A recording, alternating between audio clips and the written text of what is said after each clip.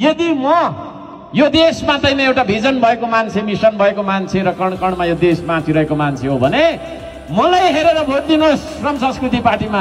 र मैले बहुमत पाएर हाम्रो पार्टीले तपाईको चाहिँ तपाईहरुको जीवनमा परिवर्तन देखिने गरी महसुस हुने गरी ल्याउन सकिनौ भने म देशै छोड्दिन्छु, बस्दिन नेपालमा है। म नागरिकता त्याग गरेर हैन मलाई बस्न सुहाउँदैन भनेर म छोड्दिन्छु। मलाई हेरेर दिनुहोस्। यदि म यो देशकै गरेर गर्नुस् अनि 24/7 देशको लागि सोच्नु हैन, जे म सोच्छु हैन देशको लागि सोच्छु, जे बोल्छु म देशकै लागि बोलिरहेको हुन्छु, जे गर्छु त्यो देशको लागि गरिरहेको हुन्छु। मर्दाखेरि पनि यो देशकै लागि मर्न पाऊँ। सर मान्छेले कुरा नबुझेर हो सर, इतिहास रहन्छ भोलि हैन।